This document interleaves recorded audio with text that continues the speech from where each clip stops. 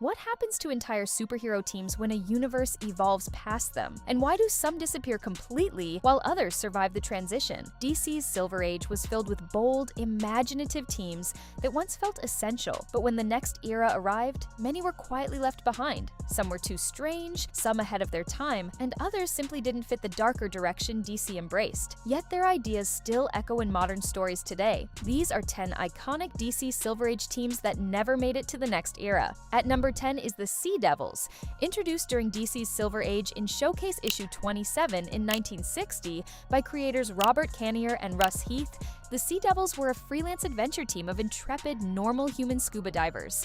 Composed of Dane Dorrance, Biff Bailey, Judy Walton, and Nikki Walton, they explored the deepest, most dangerous parts of the ocean. During this era, the team embarked on wild adventures fighting giant sea monsters, uncovering sunken civilizations, and battling aquatic aliens. They served as the premier squad for undersea exploration. As the Bronze Age approached, the comic landscape underwent a massive shift. Readers suddenly craved deeply complex heroes with actual superpowers and much darker, more socially conscious storytelling.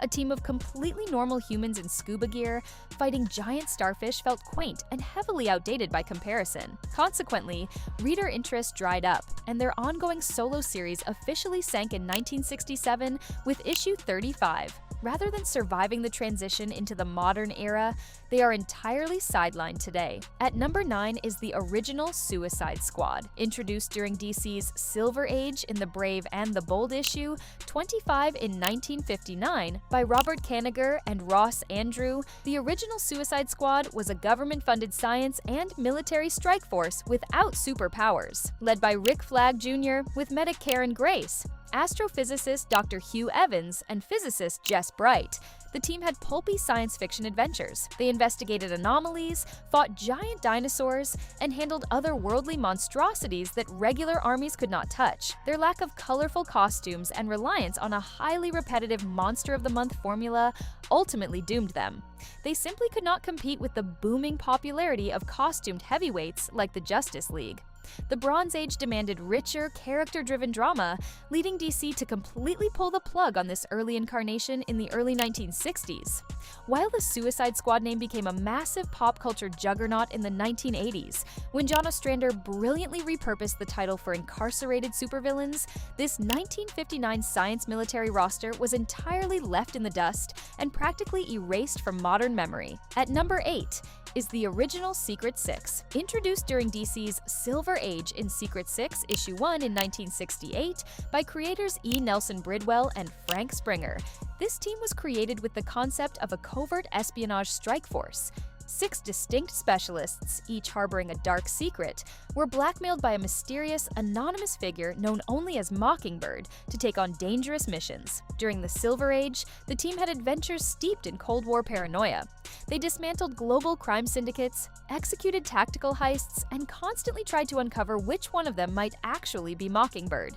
The massive, culture-wide spy craze of the 1960s rapidly burned out as the gritty 1970s approached. Without flashy superpowers or cosmic stakes, this grounded espionage strike force struggled to maintain a dedicated audience. Sales plummeted, leading to their quiet cancellation in 1969 after just 7 short issues, leaving their story cut short.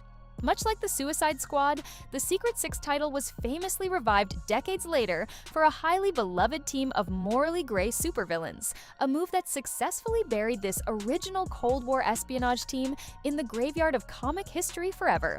The next 4 teams on our list faced much stranger fates, is a squad built entirely as a joke, to time travelers replaced by heavy hitters, and post-apocalyptic knights who were literally erased from reality. These are the heroes DC actively tried to bury. At number 7 is the Inferior 5. Introduced during the DC Silver Age in Showcase issues 62, 63, and 65 in 1966 by creators E. Nelson Bridwell and Joe Orlando, the Inferior 5 was created with the concept of being a complete parody. They were the physically weak, highly incompetent children of legendary Golden Age heroes, Merry Man, Awkward Man, the Blimp, White Feather, and Dumb Bunny. During the Silver Age, the team had comedic adventures where they constantly spoofed DC and Marvel heroes, fumbled through their missions, and usually only saved the day entirely by accident. Slapstick parody comics rapidly lost their dedicated audience as the Bronze Age ushered in an era of gritty, highly serious, and deeply grounded storytelling. A pure joke team composed of fumbling buffoons simply did not fit the darker tone of the 1970s. Unable to adapt to the changing market, their original solo series lasted only 10 issues before officially wrapping up in 1968. Today, they are treated purely as deep-cut Easter eggs for hardcore fans and have never successfully functioned as a serious unit. At number 6 is Rip Hunter's Time Masters. Introduced during DC's Silver Age in Showcase issue 20 in 1959 by Jack Miller and Ruben Moreira, this team was created with the concept of exploring the timeline. Brilliant inventor Rip Hunter built a time sphere and recruited his friend Jeff Smith, his girlfriend Bonnie Baxter, and her younger brother Corky Baxter to solve historical mysteries. During the Silver Age, the team had adventures heavily focused on educational sci-fi. They traveled to ancient Rome, met Cleopatra, and fought alien conquerors in the distant future. As DC's multiverse and main continuity became increasingly intertwined in the Bronze Age, time travel stories were handed over to major, bankable superheroes like Superman and The Flash.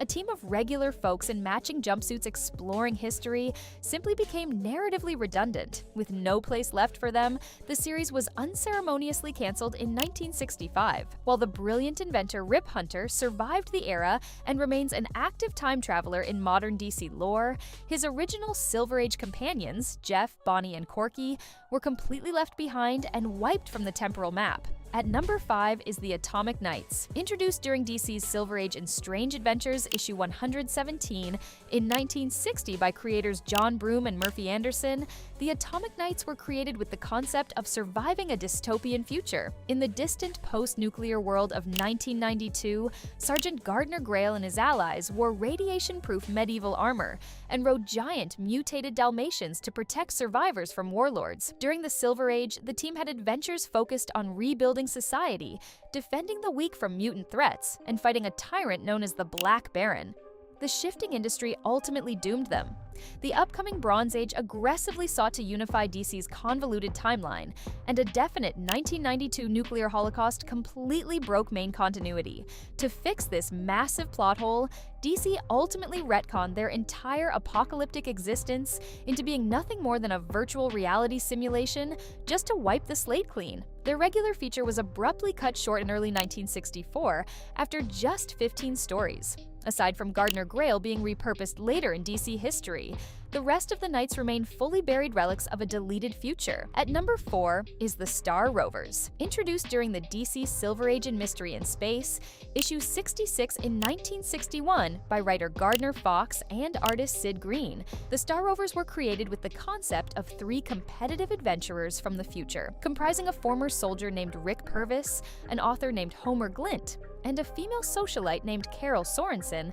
They acted as cosmic adventurers, constantly trying to outdo each other. During the Silver Age, the team had wild anthology-style adventures exploring unknown planets, engaging with bizarre alien cultures, and narrowly escaping cosmic doom.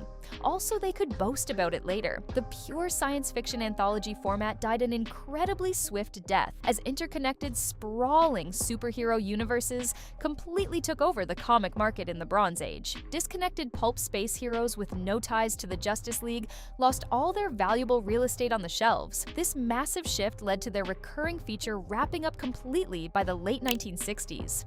With no modern revivals or legacy ties to keep their memory alive, this trio of competitive cosmic adventurers has been permanently lost to comic history. The final 3 teams on our list weren't just forgotten, they were completely swallowed alive. If you think you know the Silver Age, wait until you see who was pushed out of the spotlight by the biggest cosmic juggernaut in DC history. At number 3 is the Heroes of Lalor. Introduced during DC's Silver Age in Adventure Comics issue 324 in 1964 by Edmund Hamilton and John Fort, this team was created with the concept of being a 30th century rival to the Legion of Superheroes. Mutated by radiation on the planet Lalor, the roster featured Duplicate Boy, Evolvo Lad, Gas Girl, Life Lass, and Beast Boy. a separate character from Garfield Logan. During the Silver Age, the team had dramatic adventures where they initially fought the Legion of Superheroes due to a misunderstanding, eventually becoming allies and defending their homeworld from dictators. Ultimately, the explosive growth of the Legion of Superheroes became an absolute juggernaut, expanding its massive roster to cover almost every possible power set. Because of this, there was simply no narrative room, page count, or reader interest left for a secondary, off-brand 30th century teenage super team. Unable to step out of the Legion's massive shadow, they were quickly relegated to the deep background. By the end of the 1960s, they were reduced to nothing more than occasional cameos. At number 2 is The Wanderers. Introduced during DC's Silver Age in Adventure Comics issue 375 in 1968 by Jim Shooter and Win Mortimer, this team was created with the concept of being a legendary group of cosmic explorers who predated the Legion of Superheroes. The squad featured sci-fi concepts like Ornitho, Quantum Queen, Elvo, Dardalon, Psyche, Celebrand, and Immorto. During the Silver Age, the team had a memorable debut where they were brainwashed by a villain into executing a master plot against the Legion, eventually breaking free and returning to the cosmos as heroes. Much like the heroes of Lalor, this legendary squad fell victim to the Legion of Superheroes' massive, undeniable success. The Bronze Age required ongoing, deep character development, and the Wanderers were simply too vast and underdeveloped to sustain their own dedicated series in a highly competitive market. After their memorable debut, they were almost entirely sidelined. They disappeared into the deep background of the cosmos, only receiving a brief, incredibly dark revival much later in the 1980s before vanishing once again. At number 1 is the Maniacs. Introduced during DC's Silver Age in Showcase issue 68 in 1967 by E. Nelson Bridwell and Mike Sikowski, the Maniacs were created to capitalize on the success of bands like the Monkees. They were a touring pop rock group consisting of Silver, Philip, Jangle, and Pack Rat, who constantly stumbled into bizarre mysteries. During the Silver Age, the team had lighthearted adventures dealing with stage fright, fighting eccentric Silver Age crooks, and in one particularly surreal issue, teaming up with comedian Woody Allen. But the comic industry changed, and the team faded. The Maniacs were painfully tied to the specific pop music aesthetic of 1967. As the 1970s arrived and the real-world culture shifted dramatically, a squeaky clean pop band comic felt instantly obsolete. By the next era, the team was gone. Their feature was canceled in 1968 after just 4 issues. Today, the team is mostly forgotten. They are the quintessential relic of a bygone era and have never been revived for modern comic readers. These teams once shaped DC's Silver Age, then vanished. Which one deserved a comeback? And which forgotten team did we miss here?